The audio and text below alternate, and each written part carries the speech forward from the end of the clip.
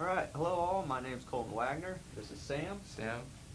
and today we're talking about being an effective leader or gaining power and influence in the workplace. We're also going to be kind of comparing that to riding horses since Yeah. Sam has never rode a horse Yeah. before. So it should be really awesome. We're going to use some of the skills and some of the attributes and characteristics of an effective leader to learn how to ride a horse. So anyways, we're going to kind of go out and start riding. Yeah. Let's do it. Okay, so just to start off here, well, me and Sam are getting the horses out and ready to rumble. I'm going to keep talking about what it means to be an effective leader, the characteristic skills of a good leader, and also going to talk a little bit about where these things might apply. So just start off with being an effective leader. Obviously, an effective leader is confident, relatively charismatic. People are just gravitate towards that type of a person.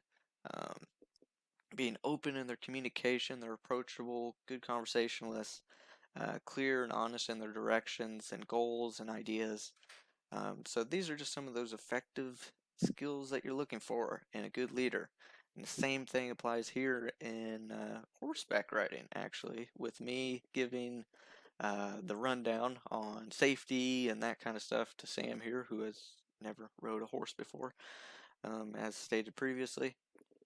And so key is being clear, honest, straightforward, um, with those directions to hopefully help him ride a horse here, which obviously is going quite well.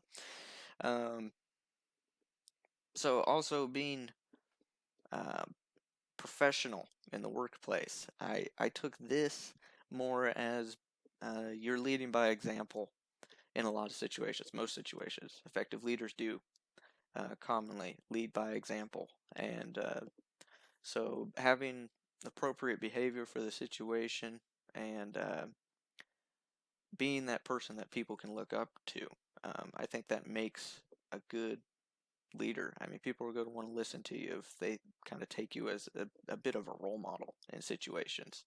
And many situations, people kind of feed off of your energy, whatever that might be, your behavior, your character at that time. And so in this situation, I was being relaxed, calm, giving jokes and stuff to Sam, and he didn't really seem to need it because he was just super excited, didn't really have any fear whatsoever. So, but in any case, those are kind of the things that you want to do in a particular situation.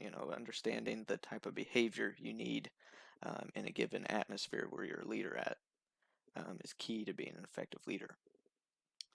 Um, some of those ineffective leadership skills, if you could call them that, are like a lack of sensitivity, abrasiveness, intimidating, being cold, aloof, arrogant, all that kind of stuff. And something that I found interesting was how those characteristics are kind of derived. Being nervous, tense, feeling like you lack power in a situation leads to these bad characteristics for leaders, being cold and aloof and all that stuff, things that make you less than approachable in every facet.